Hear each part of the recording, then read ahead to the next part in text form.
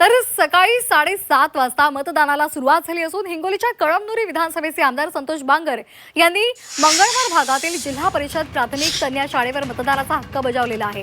तर हिंगोलीमध्ये मतदानाला सुरुवात झालेली आहे। संतोष बांगर यांनी आपल्या मतदानाचा हक्क सुद्धा बजावलेला आहे। त्यांच्याशी संवाद साधलेला आहे आमचे प्रतिनिधी गजानन देशमुख यांनी। पाहूयात।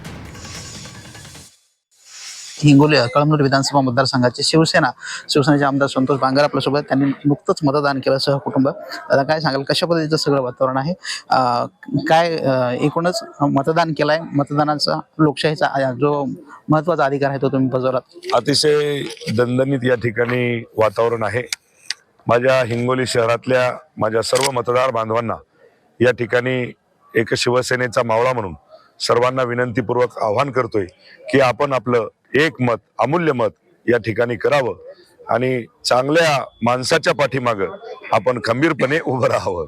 मतदानाचा अतिशय महत्त्वाचा अधिकार असतो, सगळ्यांनी बजावा म्हणून तुम्ही नुकतंच आवाहन केलं आहे।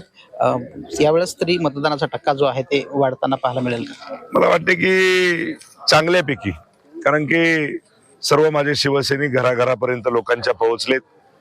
काही गावांनी मुंबई, पुणे, नाशिक अशा ठिकाणी जे मतदार गेलेले होते त्यांना सुद्धा संवाद साधलाय।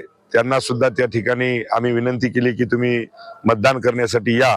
आणि मला तरी वाटते की चांगल्यापैकी मतदान या ठिकाणी टक्केवारीमध्ये मागच्या पेक्षा या वर्षीची टक्केवारी या ठिकाणी वाढणार आहे।